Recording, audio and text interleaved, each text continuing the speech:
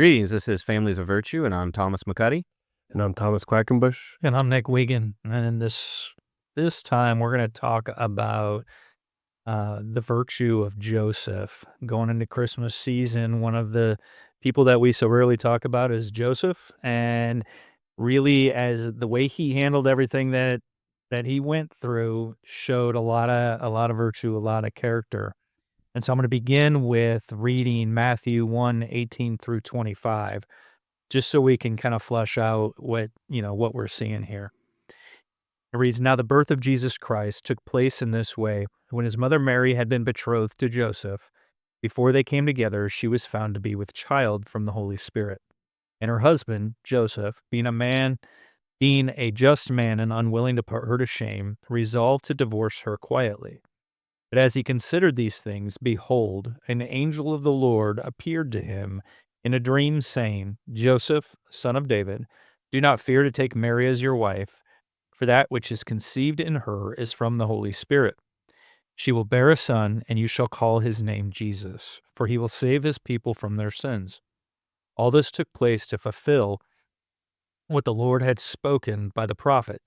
Behold, the virgin shall conceive and bear a son, and they shall call his name Emmanuel, which means God with us. When Joseph woke from sleep, he did as the angel of the Lord commanded him. He took his wife, but knew her not until she had given birth to a son, and he called his name Jesus." And so we look at that and we really start to kind of wonder what could possibly have been going through that man's mind as this was going. And so really people took, we talked, when we talked about this podcast, we talked about his virtues. So just kind of off the top, what are we seeing if that is virtuous from Joseph? I think what people miss is that when we talk about virtues, we're talking about the quality of our character, the quality of our soul, who we really are. That when you need something like fortitude, which involves courage, you don't try to cultivate that the moment you need it. You need that to have that before you get there. Okay, Almost so do me a favor, like tell me what is fortitude? Well, fortitude, the courage, the ability to seek the good when it's difficult. So it manifests in different ways, but that's where you have patience, perseverance, but even the sense to go do what is good when it's difficult. Because I think this is why we see that when Joseph, when he awoke, he's had this dream, he's had he had this plan for his life, and his fiance winds up pregnant. Okay. Which again, when you just look at the situation, where there's a lot of people who might relate with this and the kinds of things you might feel. And, he could have, by law, had her essentially executed for adultery. That's what the law sort of required, which is what makes this interesting. He doesn't go that route. He doesn't fulfill that part. He decides to do all this quietly, which was really the act of mercy for her because he could have absolved himself. And he doesn't do that because if he had had her chained, it would be clear it wasn't him. Right. So there's all kinds of scandal. There's all kinds of issue that he's already willing to go through. And then the angel shows up and says, no, hey, you're going to raise this child that's, not actually yours. And everybody knows she's pregnant. Everybody knows because I don't think when you look at the text, they don't complete the wedding until after like the baby. Like I think this is pretty much the still kind of the betrothal time until Jesus is born. Like this is super scandalous. This is all kinds of issues that he has to face. So he has to be the kind of man who can stand up and deal with this. And because when people ask him, there's some element, Joseph, why are you going through this? He most likely would not look people and say, well, I had a dream and an angel told me to go ahead. Yeah. Like, how do you handle this in normal conversation? Well, I'm gonna be honest. I've been cheated on in the past, and I promise you, she said, "Oh, it wasn't me. It didn't happen." And my first thought was not, "Oh, she's probably telling the truth." Yeah. I can only imagine the initial thoughts, the initial heart, the initial anger or hurt. Okay. Just, yeah, be almost like that irrational anger, just trying to figure out, like trying to make sense of things. And like the betrothal was probably not, not very long ago. They made this commitment, and however that came to be, you don't really know. But, um, Yeah, like, it's like, what how can you possibly expect me to believe that you are, you're still a virgin, but you're pregnant? Like, Right. and that's part of, like, the idea of a miracle. Like, that's miraculous about this whole situation is because it's 100% impossible to get pregnant by yourself, and as, as a woman, and that's in some sense how what she's claiming to Joseph, and he's just like, like his mind, even though like he seemed, and I think Thomas will get into this in a moment about his being just, which is another virtue, and being that type of upright man, and but also recognizing that he didn't want to put his wife or soon to be wife through that shame or worse, or it could have been execution or something like that. And I Right. think the two mistakes we make is we're so used to hearing the story, we sort of just expect it like, well, yeah, that's what Joseph does. That's how the story goes. We miss some of that emotional element. We miss putting ourselves there. Yeah, And if we do successfully do that, I think many of us, we look at this and we wonder, how in the world does he respond this way? yeah, And I think that's because we're projecting and we recognize there's some element we think, well, if this was me, this is not how I would act. And what's happened Pretty is, sure I would choose violence. yes, yes. I'm I gonna be mean, honest. I Not and actual violence, but I would not be. well, that's what we I see just wouldn't be cool. when people have been cheated on, and when these kinds of things happen, they go nuts. Yeah. And his reactions, we look at this and we wonder, why is he not doing this? And it goes back to virtue. He possessed a character already. He was already, even the way the text describes him, a just man. Right. He was known as one who did what was right. That's who he was.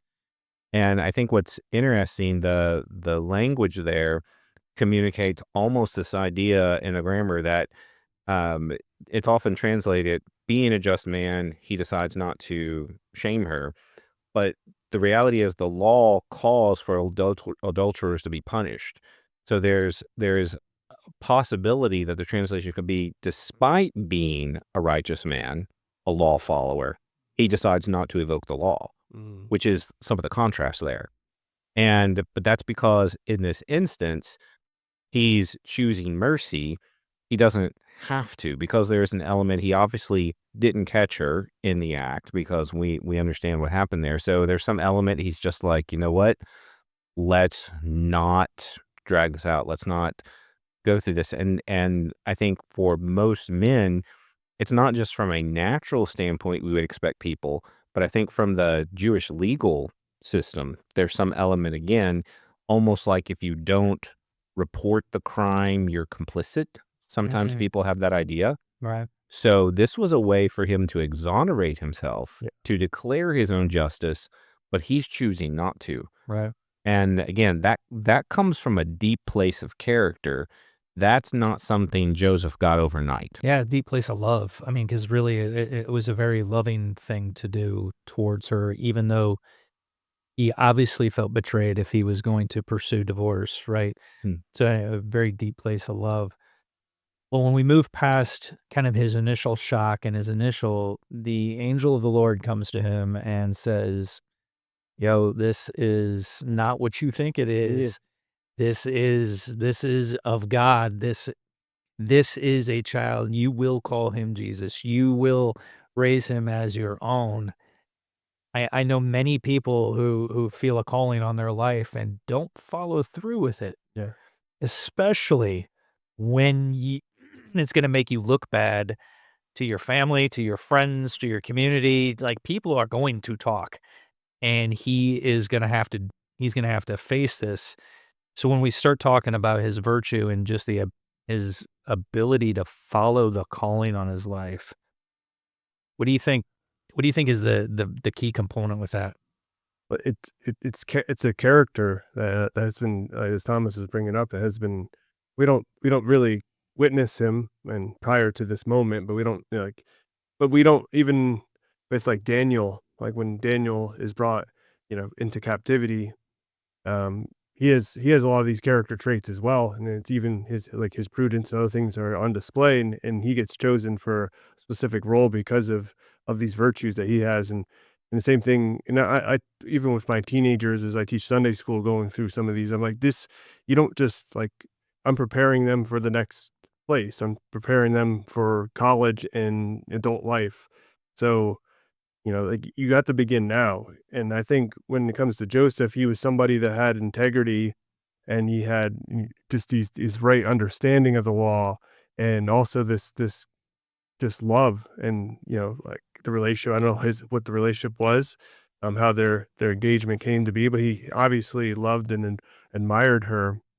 Um, and you see, and also, and I think Nick, as you brought up the ridicule and like because it yeah that and as Thomas as well like brought up this idea that like he could easily exonerated himself, but even in the text, you see that when Jesus is during his ministry, he's getting ridiculed and being called to like just a guy that because they would assume they didn't people around him didn't believe it was the Holy Spirit that did this. They thought that she was an adulteress, and he just went along with that. And how can you explain your way out of that? So it didn't just end when Jesus was born. I think that's where it began, and, like, and his whole life was probably, like, marred by all of this kind of ridicule and, stuff that, he could have very well got himself, exonerated from. Well, it's I think it's in John when he's talking to the crowds, when Jesus is talking to the crowds, and he says, well, if you don't know the Father,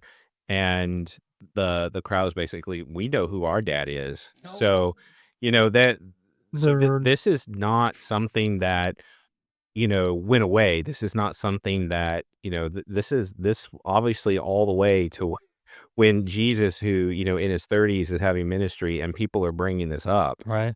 we don't get the record of how people responded, did these things. And I think what we also miss is, we go from, okay, he's like, well, we're going to do this. And then let's jump on a donkey and let's head out to Bethlehem because, the government says, they're too lazy to come out to our town. So we have to go back to kind of our place of origin. Literally, this is why people don't understand this with, the whole census thing. The whole way that Jesus gets born in Bethlehem is because the Roman soldiers are too lazy to go out to the water towns. They all have to come in. And so it was they come in and you have to travel with your pregnant wife. He's not going alone. I know all the nativity scenes is always like one guy, a donkey, and his wife, but there were other people from the town who For had to sure, go. yeah. So and the whole idea of a woman, even in a scandalous situation, going by herself and she's pregnant, like the women in the town would never allow that. So they're having to go do this, and they're having, it's not like they could go hide. It's not. I think some people get the image like, well, then they got to go off to Bethlehem and hide out for a while. That's not the case.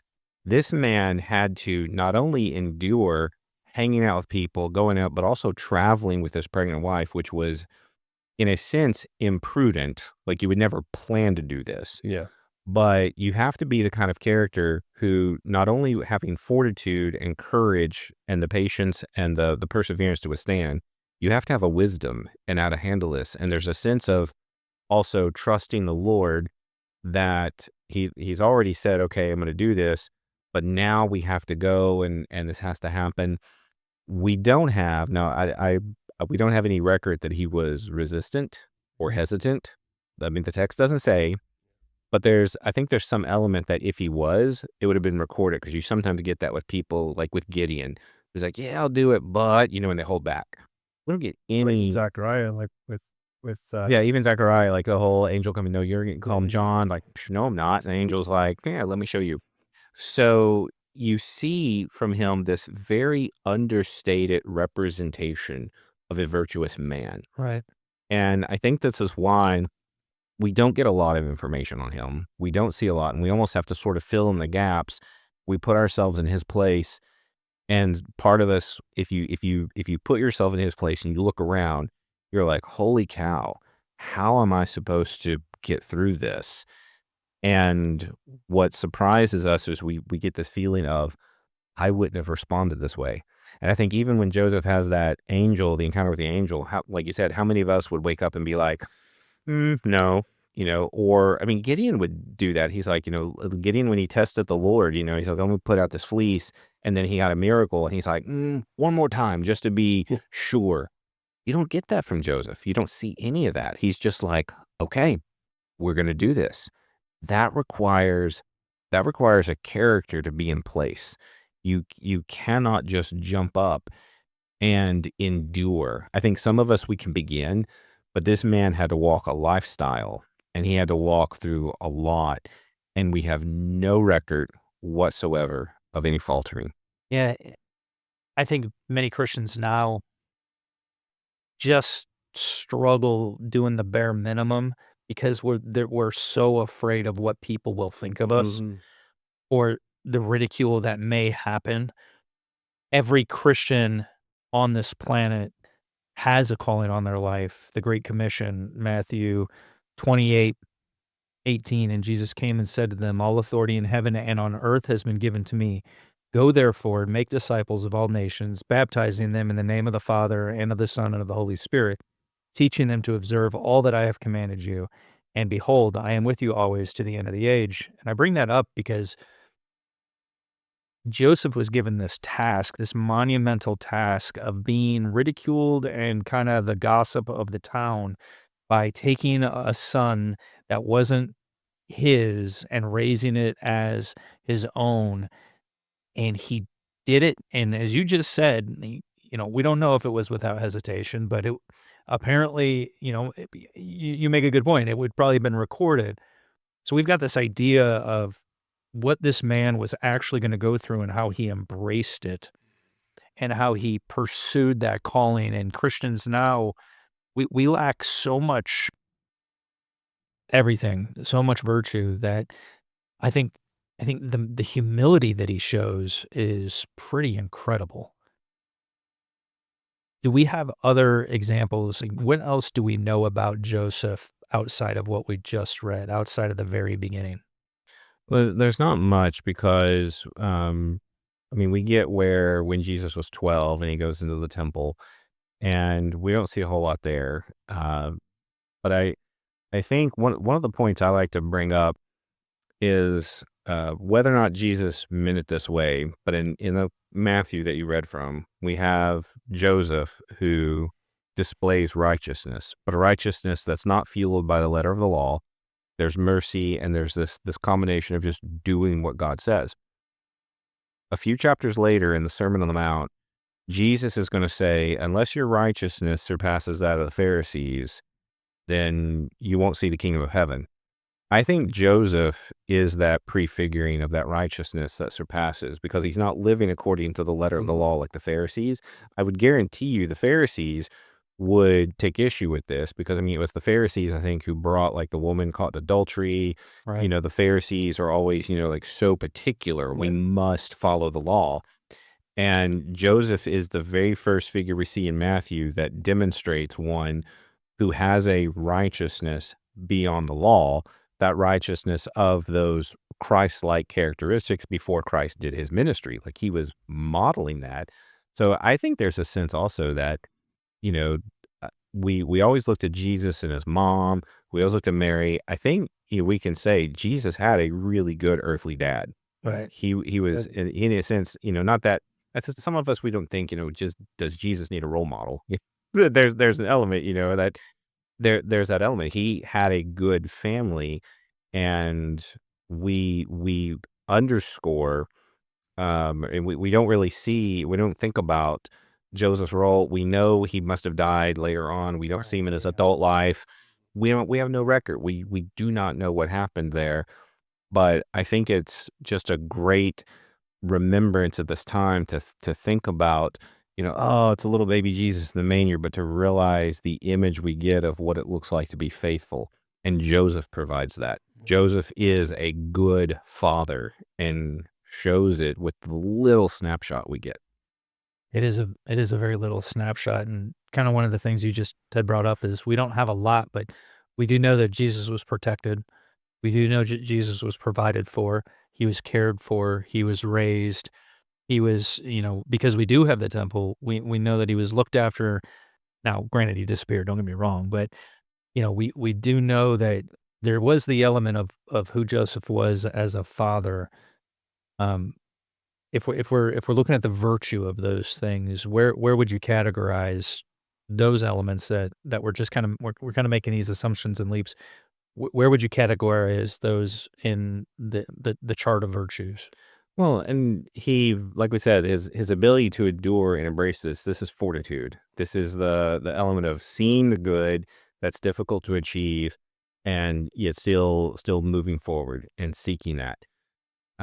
We know that eventually he's going to get word via the angel that Herod's going to try to kill the kid. So Mhm. he's like, "Well, we're going to have to go to Egypt again." That's a huge just issue of leaving. He's left his business, which again, Nazareth was a small town. So being a carpenter, which most likely would translate to stonemason, Mhm. that he's not doing that. We also, well, how did he survive? And this is why I look at it and we forget God's providence. When the Magi came offering their gifts of gold, frankincense, and myrrh, and they were a poor family, well, that's how they financed their trip to Egypt. Like God provided these kinds of things. And so Joseph would also have to be prudent. Yeah, I He'd was have to be thinking. wise, very practical in how to go and to also stay under the radar with this kind of stuff, because also you think, well, just live on the gold. And here's this poor family showing up with gold and all this stuff And traveling and and yeah, traveling, going there's just so much that was constant, that this man's entire life was upheavaled. Yeah, And then when he finally does make it back to Nazareth, which we know he does, then to have to say, oh, here's that family. They've yeah, come back, right. and to live with that. There's a patience and a graciousness, and I think in many ways the temperance. I mean, he had dreams, he had hopes, and I think So explain temperance in that context. temperance, the self control that he wanted to build his business, he wanted to have his life in Nazareth, and he just everything goes sideways. And I think there's a Casting Crown song, and it talks about um, you know I can't remember how it goes, but it was talking about like Mary and Joseph, and I know you had other plans, but you're going to raise a king. You wanted yeah, to raise a family. I think it's focused on Mary, but again, this is why I want to shift a little bit of that focus with Joseph. He had plans too. He had a business. He had a life. He was living in a small town. He And he's about probably to get this new wife, and he's he about to just he probably launch. had a home. He but probably had all this stuff, and then he couldn't do any of that. Right. And how many of us as men would just be so frustrated and just just so throw in fed the up? bed, and at some point, Yeah. be like, "Dude, this is ridiculous." I do a And lot of counseling of men, and a common theme is the idea of my life didn't turn out how I expected it Mhm. to, and the pity party that, and I don't say that pejoratively. It is. It's a self pity that then comes along with the hopes and dreams that have been squashed. And I love what you're pointing out here, is because we are looking at Joseph, and that just didn't happen. Yeah, I mean, like, his hopes and dreams may have been squashed, but he persevered. He had the fortitude. but Man, this like character study of Joseph honestly has been kind of amazing. well, and the idea too, like, what is, like, his core trait? And I think it's seeing the greater good in situations. I think across the board, the way he has the spirit of the law above the letter of the law in terms of, how he was going to deal with Mary initially, and then how he went about his life, and through our speculative, we're filling in a lot of blanks, where the scriptures is silent. But I think we can kind of be have this idea that that was his proper mode of operation. I it could have been to the point where once he figured it out, and like once they corroborated their stories between, Mary's experience of being pregnant and seeing the angel, and then Joseph having that similar experience and rejoicing in the idea, because that's what Mary does when she sees Elizabeth. She sings, like she's exuberant with this idea that she's going to be blessed to being the mother of God. Right. And so Joseph, he gets to take a huge part in one of the most important, obviously the most important life to ever come to be, who is Jesus Christ. And he gets to be his dad, his earthly father. And I think that also that would be a huge motivator. And I think God's grace and his mercy, just sending the angel to him so that he can have that information. So I don't it's not just so much as greater good, but I mean, it is that, but it's also showing the love for others Yeah. as he treated Mary and the love for God the Father as he lived out his Yeah, calling. absolutely. So, gentlemen, this character study on Joseph has been amazing. I have really enjoyed it. You too. You can find us at familiesofvirtue.com, and we will see you next time.